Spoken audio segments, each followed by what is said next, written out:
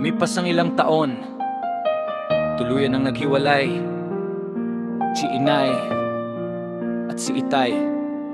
Dahil hindi na kaya ni Inay ang pananakit ni Itay, umalis kami ng Anadyawan at lumipat ng ibang tahanan. Makalipas ang ilang buwan, may bunga ang kanilang paghiwalayan. Mas lalong mas mahirap dahil buntis si Inay. Doon na nagsimula ang pangalawang kabanata. 6 na taong gulang pa lang ako noon, pero kailangan ko nang kumayod para makatulong kay Inay. Kahit anong ginawa, may pera lang maiabot kay Inay. Nangalakal ako ng bote, bakal at plastic para may pambili kami ng bigas. Di bali nang umitim, magkalaban lang ang tiyan ng aking inay at makakain ang batang nasa kanyang sinapoponan ng bata na dapat ay naglalaro. Mas pinili na ang maglako ng lato, bili na po kayo ng lato para meron kaming maluto. Halos lumuhod na at magmakaawa para lang may bibili, pero di pa rin dapat. Napakahirap isipin pero tuloy pa rin. Di ko ba alam ang takbo ng mundo, pero alam ko ang totoo. Di ka makakain pag di tutulo ang pawis mo.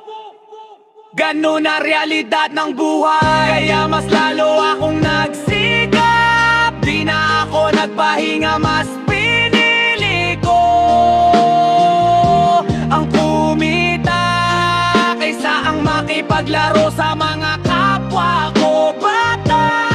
Dahil ang mahalaga ay ang pagkain, dahil masakit sa tiyan kapag walang makain. Isang bisis, walang-wala talaga dahil sobrang lakas ng ulan at bagyo pa. Wala akong naisip na paraan kundi ang magluto ng dahon ng kamote para lang may makain sa gabi. Napakahirap isipin, di ko lubos akalain, pero buti may Diyos na naggagabay sa akin. Tinitingnan niya ako mula sa itaas at patuloy siyang nagbibigay sa akin ng lakas.